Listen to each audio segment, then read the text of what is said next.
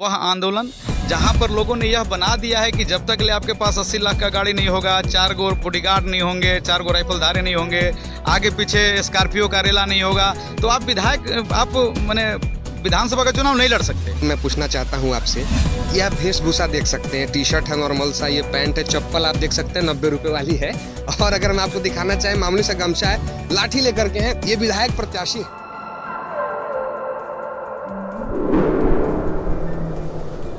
आंदोलन जहां पर लोगों ने यह बना दिया है कि जब तक ले आपके पास 80 लाख का गाड़ी नहीं होगा, 4 गो बॉडीगार्ड नहीं होंगे, 4 गो राइफलधारी नहीं होंगे, आगे पीछे स्कॉर्पियो का रेला नहीं होगा, तो आप विधानसभा का चुनाव नहीं लड़ सकते। मैं पूछना चाहता हूं आपसे, ये आप वेशभूषा देख सकते हैं, टी शर्ट है नॉर्मल सा, ये पैंट है, चप्पल आप देख सकते हैं 90 रुपए वाली है, और अगर मैं आपको दिखाना चाहे मामूली सा गमछा है, लाठी लेकर के हैं, ये विधायक प्रत्याशी है।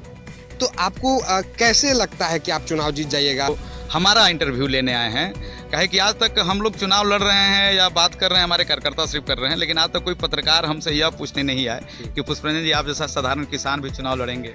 पहला पत्रकार आप हैं जो आकर के इस प्रकार का यहाँ हमारे घर पर, वो भी वहाँ जहाँ हम अपने खेत की पटवन कर रहे हैं, छत टपकती है उसके घर की, फिर भी वो दुआ करता है बारिश की। जी हाँ, मैं किसान की बात कर रहा हूँ। नमस्कार, मैं हूँ प्रथम कुमार और आप देख रहे हैं जन संदेश झारखंड। आज आप मेरे पीछे का बैकग्राउंड देख सकते हैं, पूरा जंगल, पहाड़, वादियाँ। आप भी सोच रहे होंगे कि हम आपको कहाँ लेकर के आ गए हैं। तो आज हम आपको लेकर के आ गए हैं दिखाने कि एक प्रत्याशी ऐसा भी जो कि एक मामूली और साधारण सा किसान है, और इस बार वो 77वीं विधानसभा जो कि विश्रामपुर विधानसभा है, वहाँ से विधायक प्रत्याशी के रूप में चुनाव लड़ने जा रहे हैं। तो चलिए उन प्रत्याशी से आपकी मुलाकात करवाते हैं। तो गर्मजोशी से आपका हम मुलाकात करवाना चाहेंगे पुष्परंजन जी के साथ, जिनका अगर हम परिचय बताना चाहें आपको, तो संघ के बहुत कद्दावर कार्यकर्ता रहे हैं और भारतीय जनता पार्टी के किसान मोर्चा में भी बहुत अच्छा वर्चस्व रखते हैं। नमस्कार। नमस्ते। बहुत बहुत धन्यवाद, आपने हमें समय दिया। पहले तो ये बताइए कैसा प्रचार प्रसार चल रहा है? पहले तो आप लोग का धन्यवाद कि इतनी दूर से समय निकाल के इस जंगल में आप आए हैं, वो भी हम जैसे एक साधारण किसान का इंटरव्यू लेने। इससे तो हमको लगता है पहला व्यक्ति आप हैं, पहला व्यक्ति हैं जो कर रहे हैं, सिंचाई कर रहे हैं आज 10 दिन 15 दिन से वर्षा नहीं होने के कारण। तो इसके लिए तो पहले आप लोगों को बहुत बहुत बधाई, आप लोगों को बहुत बहुत आभार जी। अच्छा, दूसरा ही सवाल, जो जबकि आपके पास गाड़ियों का काफिला नहीं है, वो लोग नहीं है, लोग तो खैर हैं, लेकिन आ जाता है ऐश्वर्य नहीं है आपके साथ में, उसको किस तरह से देखते हैं? देखिए, चुनाव लड़के विधायक बनना हमारा मकसद नहीं है, हम एक आंदोलन में हैं, ऐसा बिल्कुल नहीं है। आप जिनके लिए चुनाव लड़ा जाता है वह व्यक्ति बिल्कुल हमारे जैसे होते हैं, हमसे भी नीचे वाले लोग हैं, तो उनको बोलने में, उनसे बात करने में आज झिझक होता है। आप किसी भी गाँव में जाइए, विधायक 10 साल में, 10 साल हो या जितने दिन में, आज तक किसी गाँव में विधायक एक दिन भी 10 साल में उनको समय नहीं मिला कि एक दिन गांव में जाए। तो निश्चित रूप से उनको पता है कि हम आज तक सिर्फ बड़े लोगों को हमने विधायक बनाया है, उनके सामने कि जहां पर गाड़ी हम खड़ा करने की हमारी हिम्मत नहीं है। हम जैसे एक साधारण आदमी किसान से उनको न डर लगना है, न बोलना है, न बतियाना है। तो निश्चित रूप से जो उनके अंदर में जो एक वहम फैल गया है कि जिनके पास पैसा होगा वही विधायक बन सकता है, इसके खिलाफ भी हमारी लड़ाई है। तो पुष्परंजन जी, आप किसान मोर्चा के बहुत कद्दावर नेता हैं, आखिर क्या जरूरत आन पड़ी कि आपको इस बार चुनाव लड़ना पड़ रहा है, वो भी विधायकी पद का? ये 2-3 विषय है। हम लोग लगातार किसान संघर्ष मोर्चा बना के 2017 से हम लोग आंदोलन कर रहे हैं, और आंदोलन का एक मुख्य एजेंडा है कि किसान के मामले में आज तक दुनिया में हर एक जगह आंदोलन होता है। हमारे यहाँ किसी भी मामले में कोई भी विधायक हो, विधानसभा में कोई बात नहीं उठाते, एकाध को विधायक छोड़ के, जो हम लोग कहते हैं कम से कम विधानसभा में आवाज उठ जाता है। लेकिन बिल्कुल ही जैसे आज तक हमारे क्षेत्र में, जैसे अगर हमारे यहाँ आलू पैदा हो तो हम जिस दिन हमारे घर में आलू पैदा होगा उस दिन बाजार में आलू का रेट होगा 5 रुपये 10 रुपये किलो, और जिस दिन हमारे यहाँ घर पे आलू समाप्त हो गया, हमारे घर का आलू बाजार में नहीं जाएगा, और जिस दिन वह बाहर से आलू आना शुरू हो जाएगा, उसी दिन उस आलू का रेट 40 रुपये 45 रुपये 50 रुपये किलो। तो हम लोग भी पूछते हैं भाई, हम लोग को भी अधिकार है कि जब हम भी वही आलू पैदा कर रहे हैं तो हमारे आलू का रेट 10 रुपये क्यों, 5 रुपये क्यों, हमारा भी आलू का रेट 45 रुपये 50 रुपये क्यों नहीं? इसके विषय पर आवाज तो उठाना पड़ेगा, और वह आवाज यहाँ रोड पर तो हम लोग लगातार उठा रहे हैं। अब विधानसभा में भी किसान की आवाज गूंजेगी, इसलिए हम लोगों को लगा, हमारे कार्यकर्ताओं को लगा कि पुष्परंजन जी आपको विधानसभा चुनाव लड़ना चाहिए, और कार्यकर्ताओं के सम्मान के लिए, उनकी इज्जत प्रतिष्ठा के लिए हम लोग चुनाव लड़ने जा रहे हैं। एक सवाल मैं आपसे और पूछना चाहता हूँ कि किसान संघर्ष मोर्चा आपने बनाया बीजेपी से अलग हट करके, तो आप मुझे क्या ये बता सकते हैं कि पूरे पलामू प्रमंडल में क्या बीजेपी में शीत युद्ध चल रहा है? चाहे अगर भवनाथपुर विधानसभा की बात कर लें, विश्रामपुर विधानसभा की बात कर लें, गढ़वा विधानसभा की बात कर लें, सब जगहों में हमें शीत युद्ध देखने को मिल रहा है। अलग अलग कार्यकर्ता उठ रहे हैं, अपने आप को विधायक पद का उम्मीदवार घोषित कर ले रहे हैं। इस पर आप क्या कहिएगा? नहीं, देखिए, इसको तो कहते हैं भारतीय जनता पार्टी एक ऐसा संगठन है जहां पर एक साधारण कार्यकर्ता भी अपनी दावेदारी ठोक सकता है। और हर एक जगह यह करता, अगर कोई संगठन करता है तो भारतीय जनता पार्टी में ही है, यह किसी बाप बेटे की पार्टी नहीं है।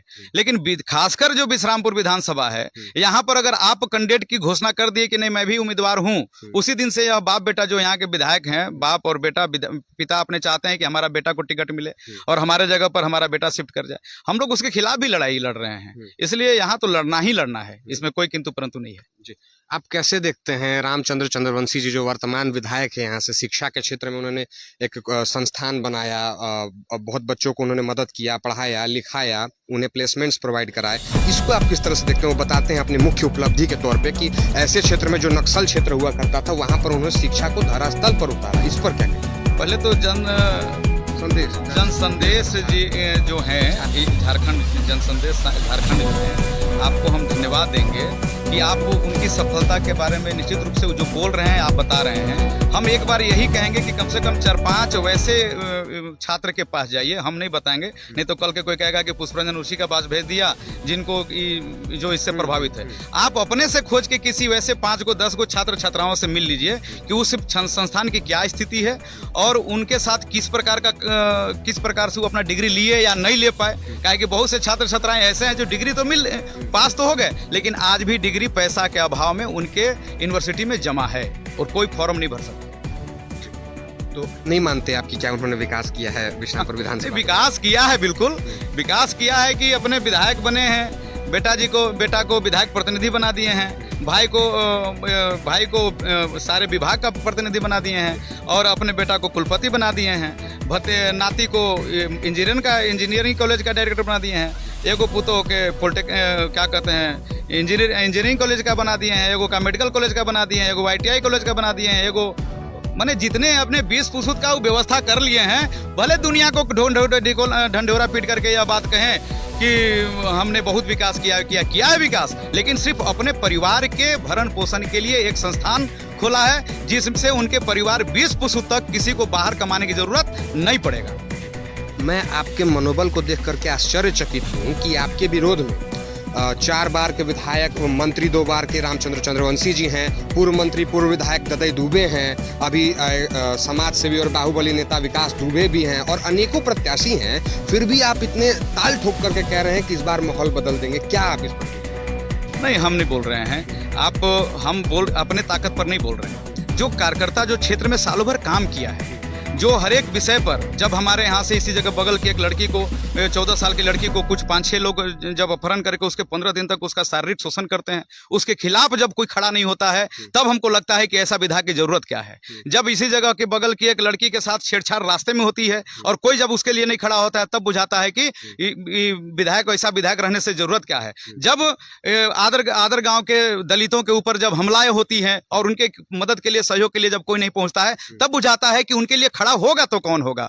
जब आप पांडु में सुने हैं 1.5 साल पहले जो मुसहर दलित परिवार जो जिनको कि घर से बाहर निकालकर उनके पूरे घर पर जैसे भी चला दिया गया, उसके लिए जो मजबूती से जब खड़ा कोई नहीं होता है, तब बुझाता है कि ऐसा जनप्रतिनिधि की क्या जरूरत। और कोई भी प्रतिनिधि आए, उनसे क्या लेने देना, वो तो बताएंगे ना कि भैया 5 साल में हम जनता के साथ कितना रहे हैं और उनके लिए हम कौन कौन सा काम किए हैं। अरे कम से कम कुछ करिए, चाहे तो नहीं करिए, सशरीर उनके मदद के लिए पीछे से खड़ा होइए। आपके पास जो ताकत होगा वही कर लीजिएगा। इसीलिए कोई क्या करते हैं इससे हमको कोई माने मतलब नहीं है। हम लोग जो जमीन पर रहते हैं, हमारा जो काम है खेत पटाने काम कर रहे हैं। जब कहीं कोई कहेगा कि भैया इस गांव में आना चाहिए, तो हम चलेंगे, वहाँ काम करेंगे। स्वास्थ्य के क्षेत्र में अगर हम बात कर ले, बरडीहा में भी अस्पताल है, बहुत ही हाईटेक हॉस्पिटल है, सामुदायिक स्वास्थ्य केंद्र है, करोड़ों की लागत से बनाया गया है। लेकिन हम जब आ रहे तो हमने देखा उसमें एक गार्ड तक की तैनाती नहीं की गई है। डॉक्टर तो बहुत दूर की बात है, इस पर क्या बोलिएगा?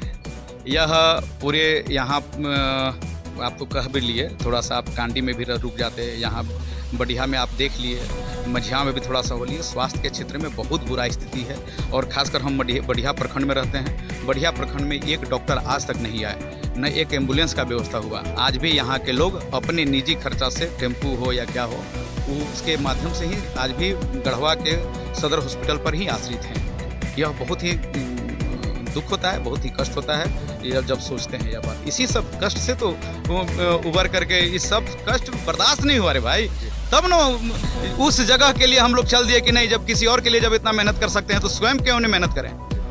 तो आखिरी सवाल हम आपसे पूछना चाहेंगे कि गढ़वा जिला जो बोला जा सकता है, इसमें विश्रामपुर विधानसभा है, भवनाथपुर है, गढ़वा रंका विधानसभा है, यहाँ की मुख्य परेशानी पलायन है। आप भी सुनते होंगे, आपको आंकड़ा हम बता देना चाहें कि हर हफ्ते 7 या 10 लाशें आ रही होती हैं बाहरी महानगरों से, जो लोग यहाँ से बाहर पलायन करके गए होते हैं कमाने के लिए। उस पर आप क्या बोलिएगा, इस समस्या से कैसे निपटा जा सकता है? देखिए, पहले बात की एक किसानी एक ऐसी माध्यम है, आप उसको संसाधन और बाजार का व्यवस्था कर दीजिए तो 50 से 60% आपका पलायन अपने आप हो जाएगा। हम किसान हैं, खेती करते हैं, तो हम लोग थोड़ा सा घर से ठीक हैं, इसलिए यहाँ पर हैं।